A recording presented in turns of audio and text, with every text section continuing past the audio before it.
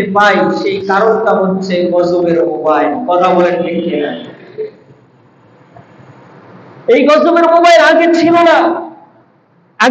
আগের যুগের যুবকরা অত্যন্ত ভালো ছিল, মা বাবার অবাধ্য হতো না।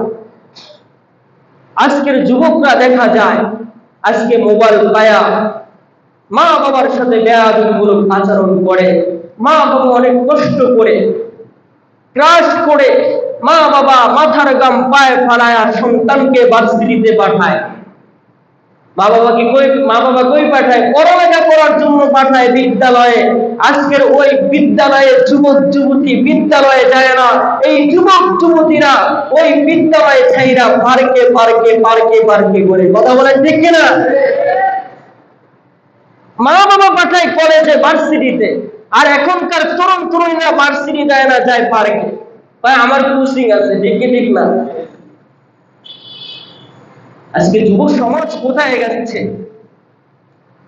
আরে ভাই, প্রেমিকাকে খুশি করার জন্য 500 টাকা আমার কাছে চাইছে। কাকে খুশি করার জন্য? প্রেমিকাকে খুশি করার জন্য, বান্ধবীকে খুশি করার জন্য। মা যাই না ফেলছে, মা কি যাই না ফেলছে। মা ওর সন্তান কি চায়? আমার সন্তানের অধিপতন হোক। কোন মা বাবা এই তো চায় না। মার সাথে 500 টাকা চাইছে, ঝগড়া করছে। সকালবেলা মার কাছ থেকে ঝগড়া কইরা চলে গেছে। দুপুর বেলা যে মার সাথে ঝগড়া করছে ওই মাই আবার সন্তানের জন্য দুপুরের খাবার পাকাইছে। ওই মাই আবার সন্তানের জন্য দুপুরের খাবার পাকাইতেছে। আইসা দেখতেছে মা দুপুরের খাবার পাকাইতেছে, পিছনে ধইরা শ্বাসরুদ্ধ কইরা মাকে হত্যা করে ফেলেছে।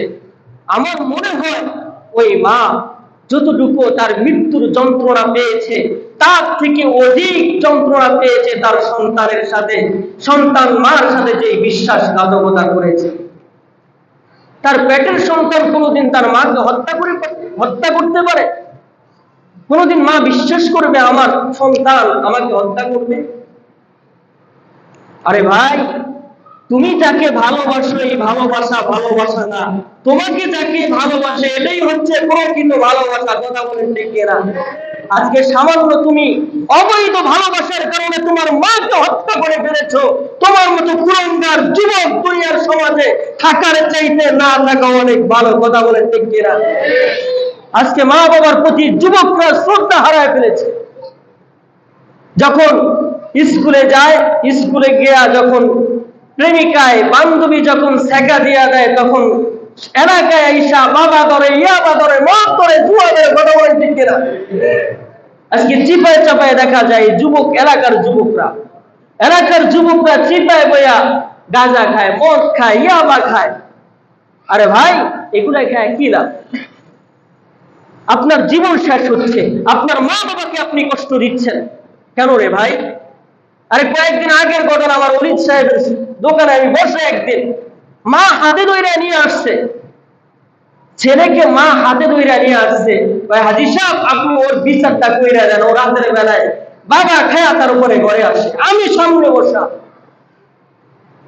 অলিদ সাহেব ধমক দিয়া তার উপরে বাসায় পাঠাই গেছে। এই হচ্ছে সমাজের অবস্থা।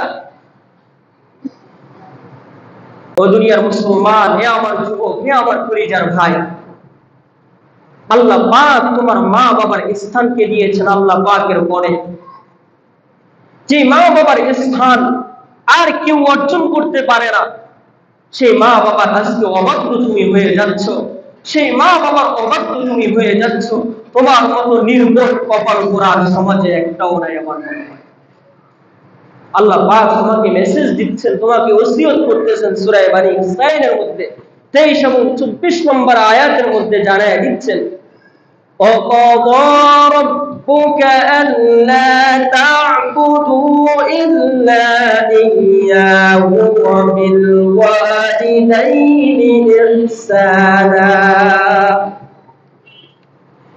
إِمَّا يَبْلُغَنَّ عِندَكَ الْكِبَرَ أَحَدُهُمَا أَوْ كِلَاهُمَا فَلَا تَقُل لَّهُمَا أُفٍّ وَلَا تَنْهَرْهُمَا وقل لهما قولا كريما الله أكبر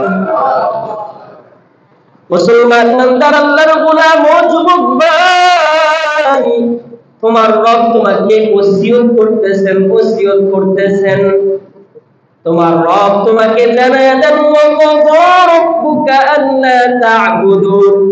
ও যুবকরা, ও আমার বান্দারা, একমাত্র ইবাদত করবা আমার আল্লাহর। কার ইবাদত করব? সবাই বলেন আমরা ইবাদত করি কার? আর জোরে বলেন আমরা ইবাদত করি কার?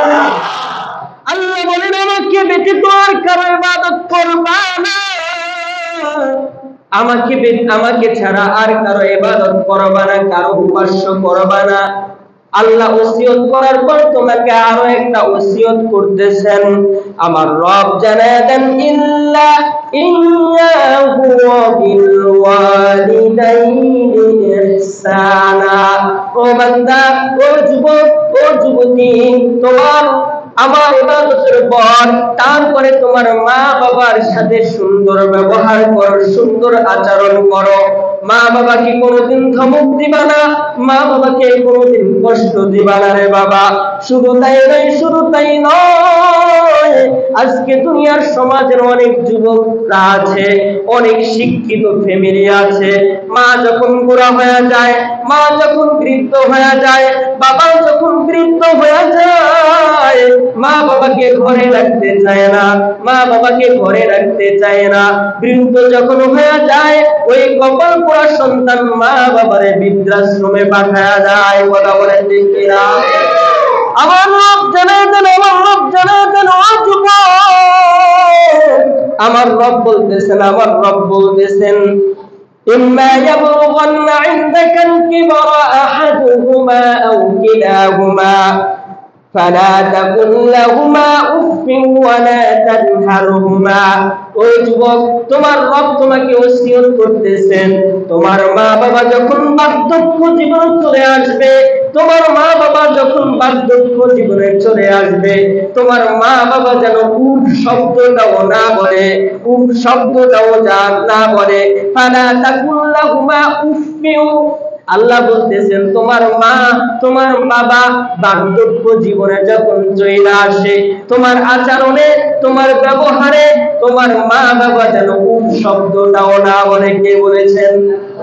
আরো জোরে বলেন, কে বলেছেন? আল্লাহ বলেছেন ও যুবক ভাই, তোমার মা বাবার জন্য তোমার রব ওসিয়ত করতেছেন উফি ওয়ালা তানহারহুমা ওয়া কুল লাহুমা কওলান কারীমা। মা বাবার সাথে কখনো ধমক দিয়া কথা বলবা না, মা বাবার সাথে চোখ রাঙায় কথা বলবা না, মা বাবার সাথে ধমক দিয়া কথা বলবা না, মা বাবার সাথে নম্রতার সাথে ভদ্রতার সাথে তুমি কথা বলো। কে বলেছেন? আর ওইজন্য বলেন, কে বলেছেন? আল্লাহ বলেছেন। ও যুবক ভাই, শুধু তাই নয়, আমার রব জানায় দেন, আপনার আমাকে ওসিয়ত কইরা দেন ওয়াগফির লাহুমা জানাহাদ যুল্লি মিনার রাহমা। ও যুবক, তোমার মা বাবার সামনে তোমার বিনয়ের ডানা বিছায়া দাও। সুবহানাল্লাহ। তোমার মা বাবার সামনে বিনয়ের ডানা বিছায়া দাও। মা বাবার সামনে কোনদিন উচ্চ আওয়াজে দাম্ভিকতার সাথে কথা বলবা না, মা বাবার থেকে তুমি বেশি বুঝবা না। আল্লাহ রাব্বুল আলামিন জানায় দেন, যখন মা বাবা তোমার সামনে আসবে, মা বাবার সামনে বিনয়ের ডানা বিছায়া দাও। যিনি বলেছেন তিনি কে?